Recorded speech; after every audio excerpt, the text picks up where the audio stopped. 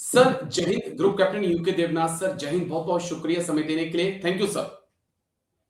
जय हिंद राजेश।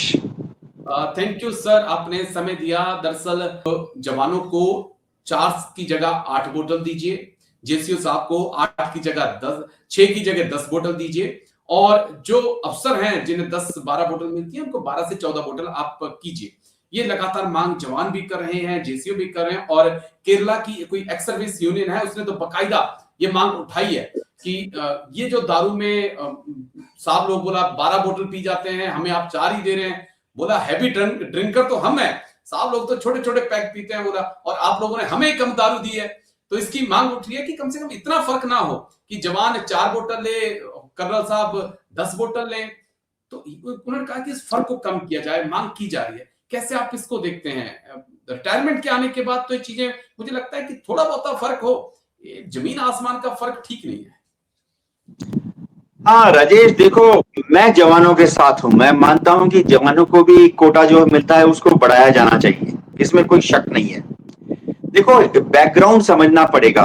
आज से 10 साल पहले की बात है, जब सरकार को अचानक से लगा, आज से 8 साल पहले की बात है, जब सरकार को अचानक से लगा कि फौज में जो दारू बिक रही है उससे सरकार को राजस्व का नुकसान हो रहा है। टैक्स कलेक्शन जो है, क्योंकि फौजी दारू पर टैक्स नहीं लिया जाता, तो आज से 8 साल पहले की बात है, सरकार को लगा कि वो टैक्स कलेक्शन नहीं हो तो सरकार को नुकसान हो रहा है। तो सरकार ने फौज पर दबाव डाला कि फौज में दारू को कंट्रोल करो, कम करो, कैंटीन से दारू की बिक्री को कम करो जी। अब मैं सीडीएस का नाम नहीं लेना चाहता हूं, वो स्वर्ग में हैं अभी, बहुत ही अच्छे व्यक्ति थे, उनके ऊपर दबाव आया। तो अगर आप याद रखें, हमने और आपने वो दौर भी देखा है जब बतौर अफसर हम देखो फौज में भी अभी कर्नल तक को 10 बोतल मिलती है, brigadier and major general and ऊपर वालों को 12 मिलती है, चीफ ऑफ आर्मी स्टाफ को भी 12 ही मिलती है। तो हमने और आपने राजेश वो दौर दिखा है जब अफसर जितनी मर्जी, कोई कोटा नहीं था। तो 40 बोतल मैं लेके आया था, मैं सच बता रहा हूं आपको। बात 2002 की 1-2 की है। अरुणाचल प्रदेश में यूनिट थी, तो वहां पर पेप्सी से सस्ती दारू होती थी, 40 रुपए में रम की बोतल मिल जाती थी, मुझे बहुत अच्छे से याद है। तो मेरी पहली या दूसरी, शायद उस वक्त दूसरी छुट्टी थी मेरी, तब मैं वहां से लेकर आया था कि भाई गांव में ताए चाचे सबको, हमने पार्टी, बहुत दौर था एक्चुअली में, बहुत दौर था जहां पर आप 25-30 बोतल ले सकते थे। लेकिन आज कंजप्शन आपकी 4 बोतल तक सीमित कर दी गई है। तो हुआ क्या कि सरकार को जब लगा कि राजस्व का नुकसान हो रहा है, तो उन्होंने, अब नाम नहीं लेना चाहिए, सीडीएस साहब को बुलाया और कहा कि आप कुछ इस पर कंट्रोल करो। तो देखो मैं बताना चाहता हूं कि ये जो कोटा तय किया गया, ये सीडीएस ने भी नहीं तय किया, ये मिनिस्ट्री ऑफ डिफेंस में और वित्त मंत्रालय में जो सिविलियंस है उन्होंने एक कच्चा ड्राफ्ट बनाया।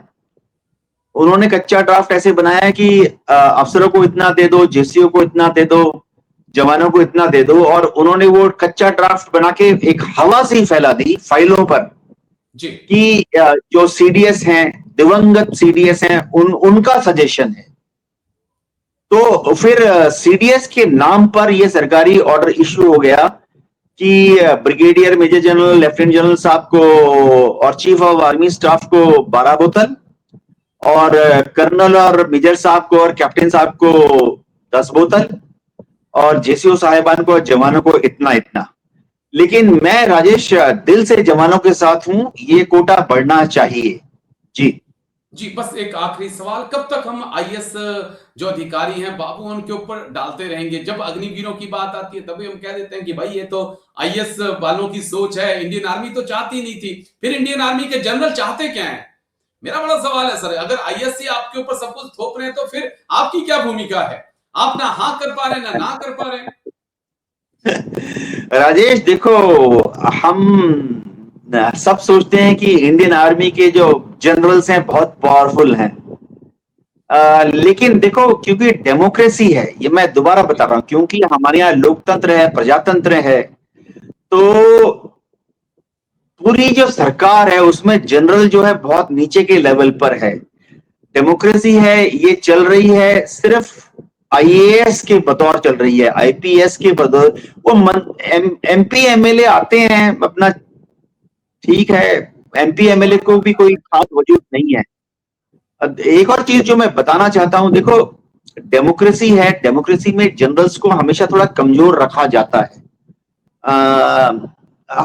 जहां जहां डेमोक्रेसी थोड़ी बिगड़ जाती है, अब देखो पाकिस्तान में बिगड़ गई है डेमोक्रेसी, जनरल साहब वो वहां पे प्राइम मिनिस्टर को अपनी जेब में लेके घूमता है।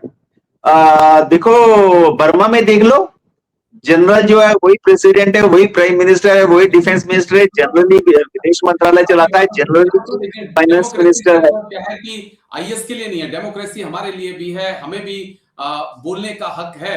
और हक ये भी है कि अगर कुछ गलत हो रहा है तो हम अपनी आवाज तो उठाएं, कम से कम ये तो हमें भी हक हमारा संविधान देता है। और जो आपने कहा, एक बड़ी इंटरेस्टिंग बात कही, मैंने बहुत कम वीडियो देखे जहां पर म्यांमार में या पाकिस्तान में फौजी पिट रहे हो।